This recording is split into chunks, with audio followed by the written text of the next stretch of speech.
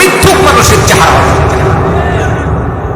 ঠিক কিনা বলে जब हुस्न था उनका जलवा नुमा अनवार का आलम क्या होगा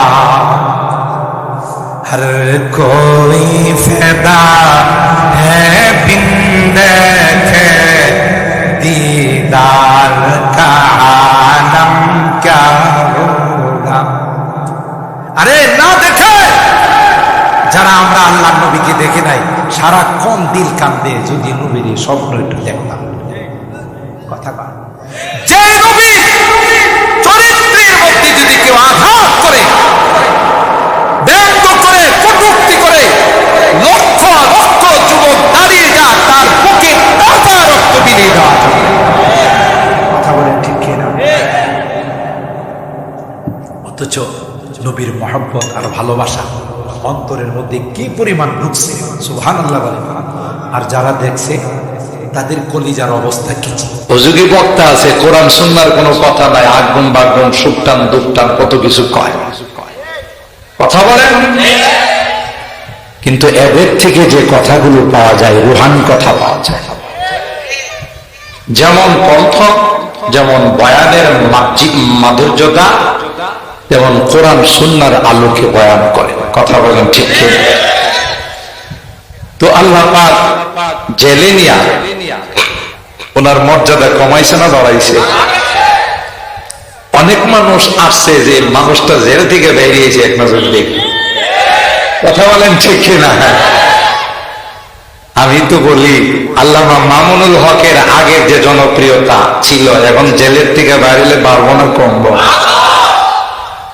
শেখুল হাদিস ইবনে শেখুল হাদিস কোন অপরাধ নাই জাস্ট জেলে আছে আর কি জেলে আছে শুধু বাস কিন্তু আজ নয় কাল মামুনুল হক আমাদের মাঝে ফেরত আসবেই আসবে কথা বলেন ঠিক কিনা আসবেই আসবে তার মধ্যে কোনো সন্দেহ নাই কথা বলেন ইনশাআল্লাহ মুহতারাম হাজির তো আল্লামা খালেদ সাইফুল্লাহ আইয়ুবী দামাত বারাকাতুহু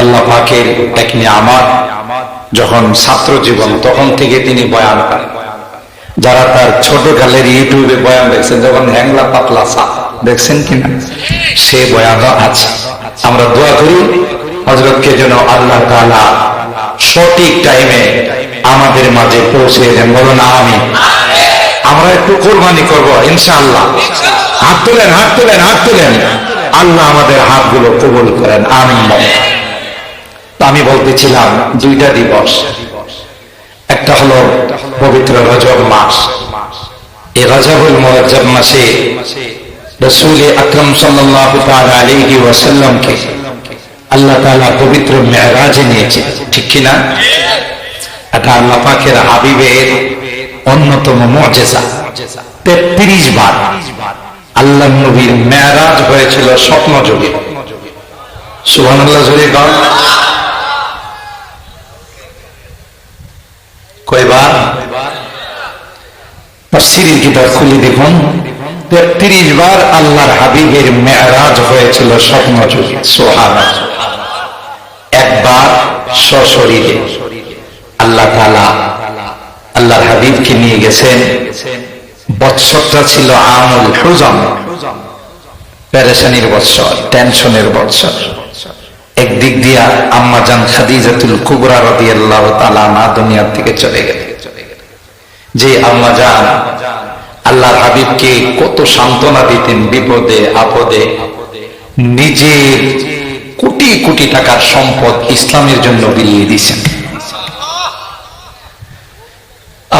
সেই আম্মা জান দুনিয়া থেকে চলে গেলেন আল্লাহর নবীর একটা বড় সাহারা ছিল আশ্রয় ছিল দ্বিতীয়ত বাহিরের একটা প্রোটেকশন ছিল সাহারা ছিল আল্লাহর নবীর চাচা আবু তালেব ঠিক কিনা বলে এই মানুষটা যদিও ইমানদার হয় না ইমান আনার জন্য সকল প্রস্তুতি সম্পূর্ণ ছিল কিন্তু সাঙ্গ পাঙ্গর কারণে পারে না ঠিক কিনা বলে যখন আল্লাহর হাবিব কানে কানে বললেন চাচা একটা বার শুধু আমার কানে কানে আপনি পড়ে নিলেই চলবে, আপনার জন্য জান্নাত বোনাস।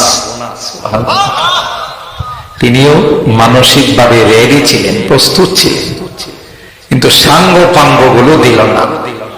সাঙ্গ পাঙ্গ গুলো গয়াবো, তাহলে আব্বা বেশি ভালো মনে হইতেছে না, মোহাম্মদের কলমা বোধ পড়ে ফেলবে। লাস্ট সময়ে, শেষ সময়ে বাপদাদার ধর্মের মধ্যে কালিমা লেপন কইর না, হলো না। শেষ পর্যন্ত তিনি বললেন, বাপদাদার ধর্ম নিয়ে ভাতিজা গেল। সেই আবু তালেব, মক্কার মানুষ যখন একাত্তা হয়, ঐক্যবদ্ধ ভাবে বলেছিল, আবু তালেব ভাতিজাকে সামলাও, না হয় কিন্তু সবাই মিলে তোমার ভাতিজাকে আমরা ধ্বংস করব। আবু তালেব ভাতিজার কাছে প্রস্তাব দিয়েছিল, ভাতিজা কি দরকার, বাদ দিয়ে দাও, সমাজের বিরুদ্ধে, দেশের বিরুদ্ধে, জাতির বিরুদ্ধে। আল্লাহর হাবিব তখন জবাব দিয়েছিলেন, চাচা কেউ যদি না থাকে, আমার আল্লাহ আমার সঙ্গে আছে। কোরআনে আল্লাহ আমাকে ক্লিয়ারলি জানাই দিয়েছেন, আল্লাহু ইয়াসিমুকা মিনান নাস। নবী গো, আপনার কেউ থাকার দরকার নাই, আমি আছি। আমি আপনাকে সকলের হাত থেকে হিফাজত করব। সুবহানাল্লাহ। চাচা তখন বলেছিলেন, ওয়াল্লাহি লা ইয়াসিলু ইলাইকা বিজামইহিম হাত্তা উসিদা বিতুরাবি দাফিনা। আল্লাহ পয়গম্বরকে বলেছিলেন, ভাতিজা আল্লাহর কসম করে বললাম, যদি সারা পৃথিবীর মানুষ একত্রিত হইয়া তোমার উপর আক্রমণ করে তোমাকে প্রতিহত করার জন্য আসে, আর আমি চাচার যদি বিন্দু পরিমাণ সার বাকি থাকে রে, আল্লাহর কসম করে বললাম, তোমার গায়ে কেউ হাত দিতে পারবে না। আল্লাহ আল্লাহ। আসেননি কিছু?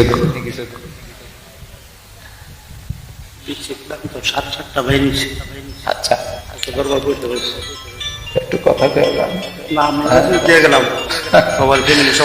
আমাদের চেয়ারম্যান মহোদয় দোয়া চাইছেন, ওনারা তো সারাদিন দরবার সালিশ করছে, আমার সাথে ওয়াদা ছিল। আমাদের পার্শ্ববর্তী ইউনিয়ন কেউ, আমরা নিজেদের চেয়ারম্যানে মনে করি, কথা বলেন ঠিক না? আমাদের ভুইয়া সাহেবের হায়াতে আল্লাহ বরকত দান করেন, আমিন বলেন। আরো বেশি বেশি জনগণের খেদমত করার তৌফিক দান করেন। মুহতারাম হাজিরিন, আল্লাহ পাক রব্বুল আলামিন এই দুইটা সাহারা, একটা হলো ভিতরে আর একটা হলো বাহিরে, একই বছর আল্লাহ নিয়ে গেলেন। রাসূল আকরাম সাল্লাল্লাহু তাআলা আলাইহি ওয়াসাল্লামের মনটা খুব খারাপ, পেরেশান অবস্থা। হায় হায়, দুইজন সাহারা দাতা, দুইজন বাহ্যিক আমাকে বিভিন্ন বিপদে আপদে সহায়তা করে নিয়ে গেল আল্লাহ। আল্লাহ বলেন, পয়গম্বর, এ পয়গম্বর, টেনশনের কোনো কারণ নাই। দুনিয়ার কেউ যদি আপনার সাহারায় না থাকে, দুনিয়ার কেউ যদি আপনার আশ্রয়দাতা না হয়, পয়গম্বর আমি আল্লাহ হলাম আপনার আশ্রয়দাতা। বাবা যখন মারা যায়, মা যখন মারা যায়, এতিম সন্তান ঘরের কোনায় বসে কান্দে, বাবা জামা সামনে নিয়ে কান্দে, বাবার স্মৃতিগুলো কাছে নিয়ে কান্দে, আর মনে মনে বলে, আমার বাবা নাই রে, বাবার জামাটা রয়ে গেল, বাবার বসার চেয়ারটা রয়ে গেল, বাবার শোয়ার খাটটা রয়ে গেল। অবুঝ সন্তান বাবার স্মৃতিগুলো দেখে দেখে কান্দে। কথা বলেন ঠিক কিনা? মুরব্বীরা তখন সিদ্ধান্ত নেয়, এই অবুঝ সন্তান দেখবে, মা মারা গেছে, মার স্মৃতিগুলো দেখবে, আর সে শুধু কাঁদতে থাকবে, খাবে না, ঠিক মতো ঘুমাইবে না। সবাই মিলে সিদ্ধান্ত নেয়, না না, তাকে মামার বাড়িতে নিয়ে যাও, তাকে কক্সবাজারে ঘুরাইতে নিয়ে যাও, তাকে অন্য কোথাও দেখায় দেয়াস, কিছুটা হলেও সুখটা সে লাঘব করতে পারবে, ঠিক কিনা বলবে? এই জন্য পরামর্শ করে তাকে পার্কে নিয়ে যায়, চিড়িয়াখানায় নিয়ে যায়, বিভিন্ন জায়গাতে তাকে ঘুরাইয়া দেখাই রে, যেন তার বাবা এবং মার কথাটা ভুলে যায়, ঠিক কিনা বলে? আল্লাহ পাক ডাক দেয়া কয়, পয়গম্বর, এ পয়গম্বর, আপনার সহধর্মিণী খাদিজাতুল কুবরা, পয়গম্বর, আমি আল্লাহ তার হায়াত নাই নিয়ে গেলাম, আপনার চাচা আবু তালেবকে আমি আল্লাহ নিয়ে গেলাম। এই পয়গম্বর, আপনি মক্কায় থাকলে বারবার তাদের কথা মনে পড়বে, আপনি শোকাহত হবে, আপনার মনে বারবার তাদের টেনশন আসবে। পয়গম্বর, আসুন আমি আল্লাহ আপনাকে দাওয়াত দিলাম, আপনি মক্কা থেকে বাইতুল্লাহ থেকে বাইতুল মুকাদ্দাস থেকে ঊর্ধ্ব আকাশ, আরশ, কুরসি, লওহ, কলম, জান্নাতুল মাওয়া, সিদরাতুল মুনতাহা, পয়গম্বর আমি বাহন পাঠাই দিলাম, সাথে রাহবর পাঠাই দিলাম, 2 জন ফেরেশতা। আল্লাহর পয়গম্বর হযরত উম্মে হানির ঘরে শুয়েছিলেন। যারা হজ উমরা করেছে, খানায় কাবা সোজা পশ্চিম দিক যাকে বলা হয়, উঁচা জায়গাটা, উলামায়ে কেরাম ওখানে গিয়ে বসে জিকির আজকার করেন, দোয়া করেন। এই জায়গাটাই ছিল উম্মে হানির ঘর। আল্লাহর পয়গম্বর উম্মে হানির ঘরে শুয়েছিলেন। হযরত জিবরাইল, মিকাইল আলাইহিস সালাম 2 জন পয়গম্বরকে ওখান থেকে উঠাইয়া হাতিমে কাবার চতুর্পাশে মার্বেল দিয়া ঘেরা দেওয়া আছে, আছে না নাই? এটা মূলত কাবার অংশ ছিল। বুখারী শরীফের হাদিসের মধ্যে আছে, পয়গম্বর কয়, আয়েশা রে, আমার মনে চায় রে এই অংশটার ভিতরে ঢুকাই দি। তোমার জাতি আর্থিক সংকুলন হয় নাই, তাই এরা এই অংশটাকে ছেড়ে দিয়েছে। আমার মনে চাই রে আশা, এটাকে আমি খানায় খাওয়ার ভিতরে ঢুকাই দি। কিন্তু তোমার জাতি নতুন ইসলাম গ্রহণ করেছে, আমি যদি এটা ঢুকাই রে, তাদের মনে বিভিন্ন রকমের সংকোচ দেখা দিবে, তাই ঢুকাইলাম না। পয়গম্বর কয়, কেউ যদি আইসা এই হাতিমে কাবায় 2 রাকাত নামাজ পড়ো রে, আমি পয়গম্বর বলে গেলাম, তুমি যেন খানায় কাবার ভিতরে 2 রাকাত নামাজ পড়লা। এই জন্য দেখবেন হজ উমরাতে সবচাইতে বেশি ধাক্কাধাক্কি হয় 2 রাকাত নামাজ পড়ার জন্য। হাতিমে কাবায় 2 রাকাত নামাজ পড়ার জন্য ধাক্কাধাক্কি হয়। এখন আর্মি দিয়ে নিয়ন্ত্রণ করা হয়, ওখানে 2 রাকাত নামাজ পড়ার জন্য।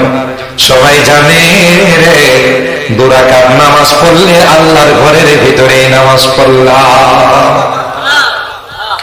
পয়গম্বরকে হাতিমে কাবা দিয়ে নিয়েছেন একজন অধ্যাপক আর একজন অ্যাসিস্ট্যান্ট অধ্যাপক। হযরত জিবরাইল ছিলেন সবচাইতে বড় ডাক্তার, তার সহযোগী ডাক্তার হলেন হযরত মিকাইল আলাইহিস সালাম। অপারেশন হবে রে, open heart surgery, bypass surgery. Open heart surgery বলা হয়, বুক ছিঁড়ে ভিতরের হাড়গুলো বের করে আবার ভিতরে ঢুকাই দেওয়া, এটাকে বাইপাস সার্জারি বলে। এটা মেজর অপারেশন। আমাদের মফিজ ভাইয়ের এই অপারেশন হয়েছে, আল্লাহ তাআলা সুস্থ রাখুন, বলুন আমিন। আমার শাইখের জামানার ওপেন হার্ট সার্জারি হয়েছে, ইন্ডিয়া থেকে ওপেন হার্ট সার্জারি হয়েছে। আমি শাইখকে প্রশ্ন করলাম, শাইখ অপারেশনটা কিভাবে হয়েছে? আমাকে পাওটা একটু টেনে দেখাইল, এখান থেকে রক কেটে নিয়ে ওখানে লাগাইছে। আমি বললাম, শাইখ রক যে কাইটা নিচে এটাকে অন্য জায়গার ক্ষতি হবে না? এই প্রশ্ন আমি ডাক্তারকে করেছিলাম। ডাক্তার ভাই, আমার একটা রক কেটে নিলেন, তাতে কি আমার ক্ষতি হবে? ডাক্তার ডাক্তার, হুজুর না না না, আল্লাহ পাক দেহের মধ্যে, প্রত্যেকটা মানুষের দেহের মধ্যে শুধু যে তার প্রয়োজনীয় সেটাই রাখে নাই। কখনো যদি আপনার মতো ওপেন হার্ট সার্জারি কারো হয়, সেই জন্য আল্লাহ এক্সট্রা রক ভিতরে রেখে দিয়েছে। আর জোরে বলেন আল্লাহু আকবার। আল্লাহ পাক এত বড় মেহেরবান, জানে পৃথিবীর কোথাও কোনো ডিসপেন্সারিতে, কোথাও কোনো ফ্যাক্টরিতে, কোনো ঔষধালয়ে, কোনো ফ্যাক্টরিতে অতিরিক্ত রক কেউ পাবে না। আল্লাহ ডাক দিয়া কয়, এ গোলাম, যদি কখনো তোমার এই বিপদ লেগে যায়, আমি আল্লাহ তোমার বডির মধ্যে সেটা দিয়ে দিলাম। সেই আল্লাহরে আমরা চিনি না।